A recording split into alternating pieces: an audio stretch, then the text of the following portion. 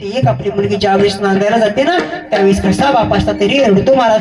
बाप साठवी तो अश्रू फक्त एका क्षणासाठी, बाप साठवी तो अश्रू फक्त एका क्षणासाठी, आयुष्यभराचे रडतो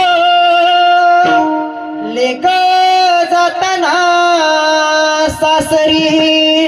बाप म्हणजे रे कसा जसा पाण्यातला मासा, त्याच्या डोळ्यातला थेंब पुन्हा दिसणार कसा.